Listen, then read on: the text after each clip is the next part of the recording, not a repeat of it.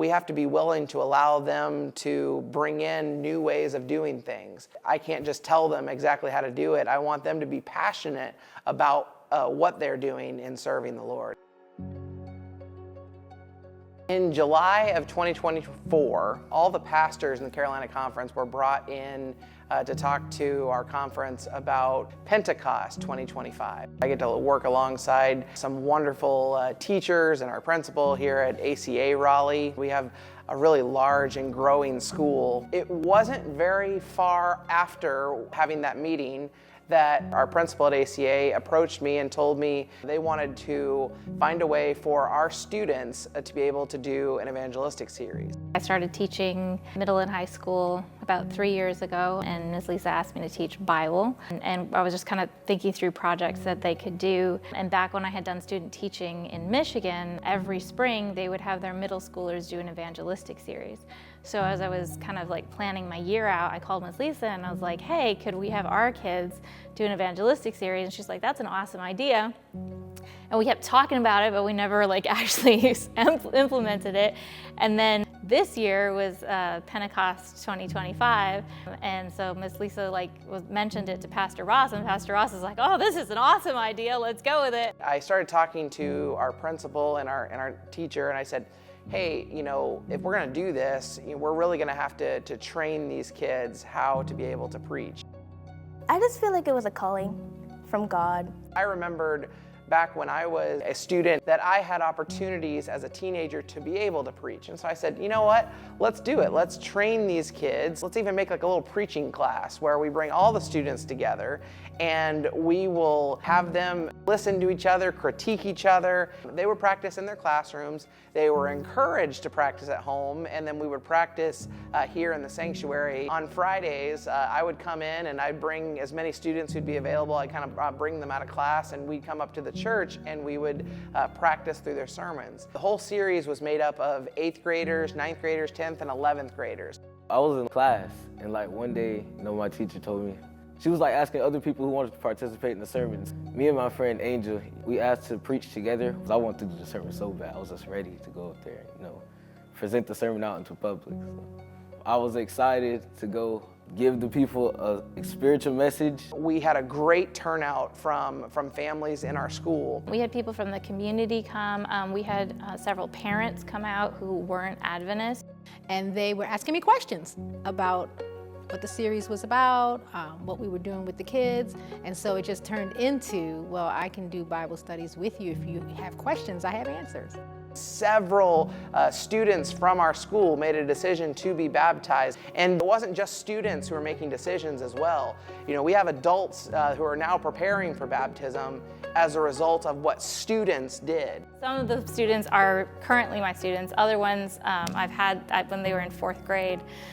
So it was really special to see them make the decision to get baptized, and then to get to share that experience with them was really awesome too. It was a blessing, people that I've known for a very long time, and even my teacher getting baptized the same day. Seeing it actually touch their hearts, as they would read the messages and they'd be like, oh, I didn't realize this, or oh, I need to work on that, So that was really cool. And then just the church, I think just the support that we got. The church members also came out and supported us. They came out, some people came every single night to make sure that they supported the kids. A lot of times when we're utilizing youth and young adults, they want to get involved, but we're telling them exactly how they should be involved and tell them what they should be doing. We need to be able to allow their passions for ministry.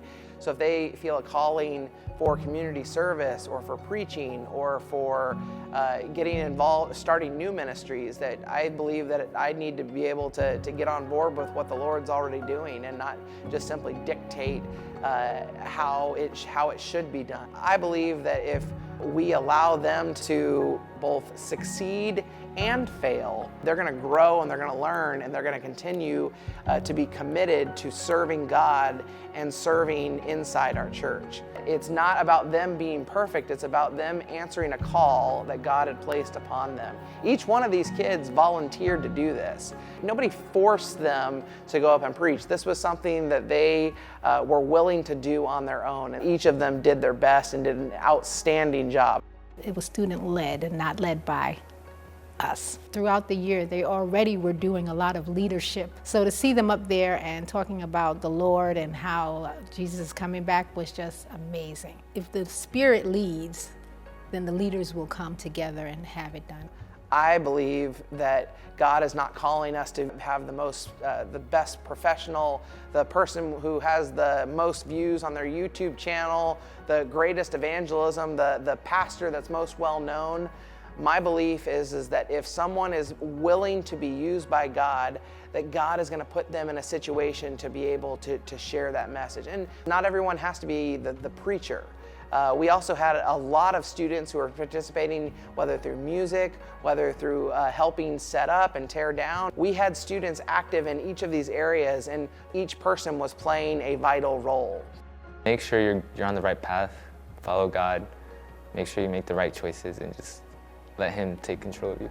Part of the way that we grow closer to God is by working for others. And so allowing them to do that, it strengthens their walk with God, and it strengthens others. We had parents and people come from other denominations, and they were just blown away that our kids were doing this. Trust that the kids will do it, right? We always worry that maybe they're not going to be able to do it and they'll be nervous and things will happen, but it's just trusting in the Lord and trusting in the kids that if we put it out there and we lead by faith, everything will go well.